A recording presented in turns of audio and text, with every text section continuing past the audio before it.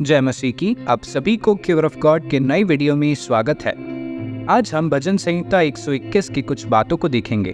ये बहुत famous Sam's में से एक है। बच्चों को सब ये साम्स सिखाया जाता है।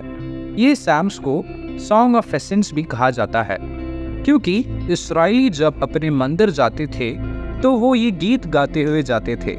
ये मंदिर एक पर्वत पर था, मोरिया पर्वत। तो इस पर्वत पर चढ़ते समय ये लोग ये गीत गाते थे, तो इसलिए हम इन गीतों को सॉन्ग ऑफ एसेंस कहते हैं। 120 से लेकर 134 साम्स हम सॉन्ग ऑफ एसेंस मानते हैं। अनोखा बात यह है कि वो जो पर्वत है, मोरिया पर्वत, उस पर्वत पर एक समय अब्राहम और इसहाक यात्रा किए थे। उनका वो यात्रा बड़ा सुखदायी नहीं था। परमेश्वर ने तो कह दिया कि मैं जिस पर्वत को दिखाऊं उस पर्वत की ओर आओ और अपने एकलौते बेटे को बलि दो। अब्राहम के मन में कई बात आई होगी कि मैं कैसे यहोवा की बातों को मानूं, और इसहाक के मन में भी कई सवाल आए होंगे कि बलि के लिए जानवर कहाँ है, बलि कैसे किया जाएगा, ये पिता मुझे सही से उत्तर क्यों नहीं दे रहे। दोनों लकड़ी और आग लेकर पर्वत की चढ़ाई की। एक तरफ आग बुझने से बचाते हुए और लकड़ी का भार उठाकर तो दूसरी तरफ मनों के कई विचारों से लड़ते हुए ये दोनों पिताओं ने यात्रा किया। लेकिन वो परमेश्वर उसी सफर को बदल दिया। इन पिताओं की पीढ़ियों ने जब ये रास्ता पर सफर करने के लिए तैयार हुए, परमेश्वर ने उनके मुंह में एक नया गाना दिया। आज आप में से कितने लोग ये कह सकते हैं कि मेरे आने वाले पीढ़ियों के लोग जब मेरा सफर याद करेंगे तो उनके मुंह में परमेश्वर एक नया गीत देगा। आज जिस परिस्थिति में मैं हूँ, उन परिस्थितियों में जब मेरे बच्चे होंगे, तब परमेश्वर का धन्यवाद देते हुए वो गीत गाएंगे। आज के बाद उस मौन भरे रास्ते में गीत होगा। कितने लोग ये आज कह सकते हैं। 121 भजन संहिता की ओर अपनी नजर को डालेंगे आज। परमेश्वर ही है हमारा एकमात्र सहायक। भजन संहिता 121 का 1। मैं अपनी आंखें पर्वतों की ओर लगाऊंगा, मेरी सहायता कहाँ से मिलेगी।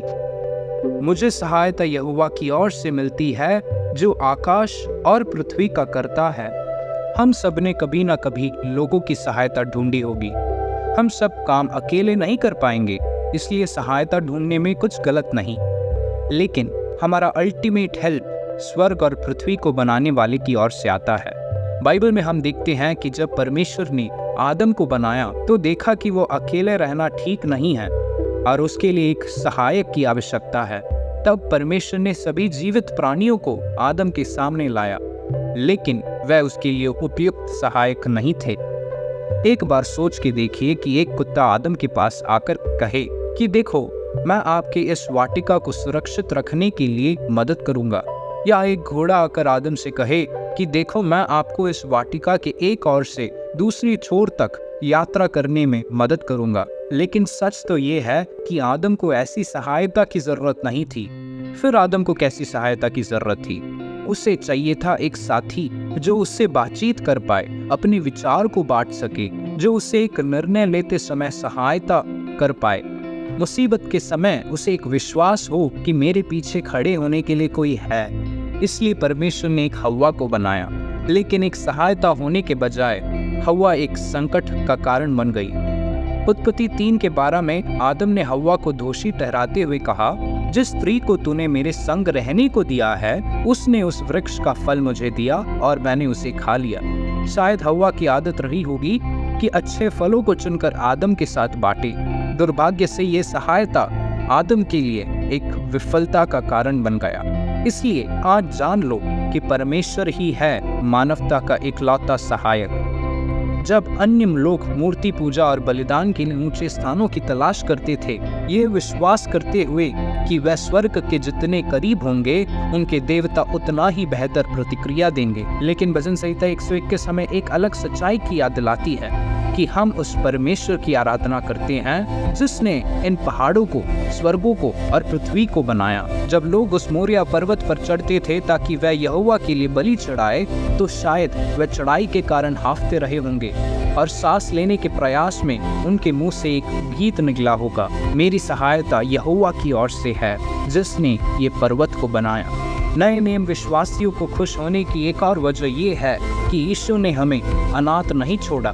वो जानता है कि हमें एक सहायक की आवश्यकता है और तभी अपने पिता से विनती कर हमारे लिए एक सहायक पवित्र आत्मा को भेजा है। ये सहायक हमें हर सच्चाई में ले जाएगा, हमें हर निर्णय में सहायता करेगा। हमें निर्णय लेने के लिए भी ये पवित्र आत्मा सहायता करेगा। क्या आपके जीवन में ये सहायक की उपस्थिति है? अगर नहीं है तो आज आप प्रार्थना करें, क्योंकि मानव जाति को एक सहायक की जरूरत है।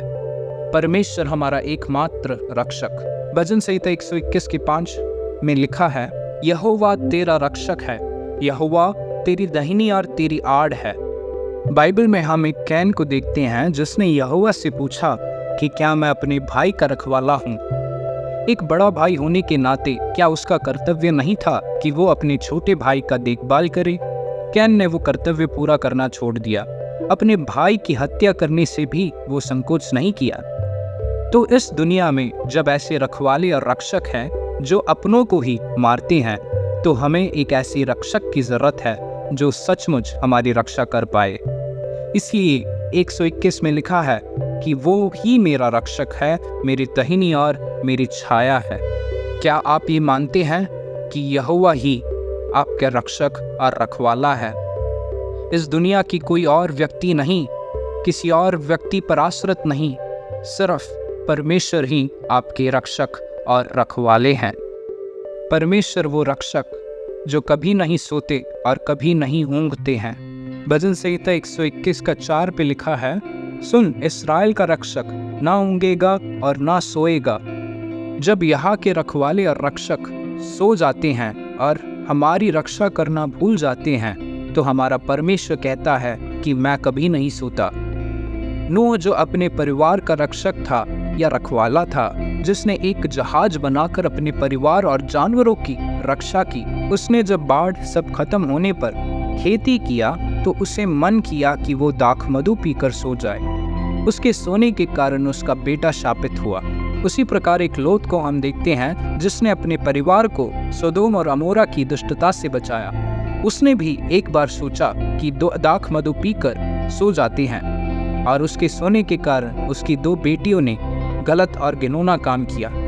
जब रखवाले झुंड को सही दिशा दिखाने में असफल हो जाते हैं और झुंड की जरूरतों को पहचानने में चूक जाते हैं, तो झुंड जंगली हो जाते हैं। जब सांसारिक रखवाले विफल हो जाते हैं, नींद और आलसी के शिकार हो जाते हैं, तो हमारा परमेश्वर परम रक्षक दावा करता है कि वह ना तो सोएगा और ना ऊँघेगा। वह हमारे आने जाने में हमारी रक्षा करेगा। वह हमारे विचारों को दूर से ही समझ लेता है। चाहे हम घोर अंधकार से भरी हुई तराई से होकर चले, तब भी नहीं डरना, क्योंकि वो हमारे साथ है। क्या हम सभी उस परमेश्वर को अपने जीवन के सहायक और रक्षक के रूप में पहचान सकते हैं? आइए हम चिंता करना बंद करें और विश्वास के साथ उस सहायता और सुरक्षा की मांग करें जिसकी हमें सबको आवश्यकता है। जो लोग परमेश्वर पर निर्भर है, वह ही परमेश्वर के तरकश के सबसे तीक्ष्ण तीर बन पाते हैं। इन वचनों से आप सभी को आशीष मिले। धन्यवाद।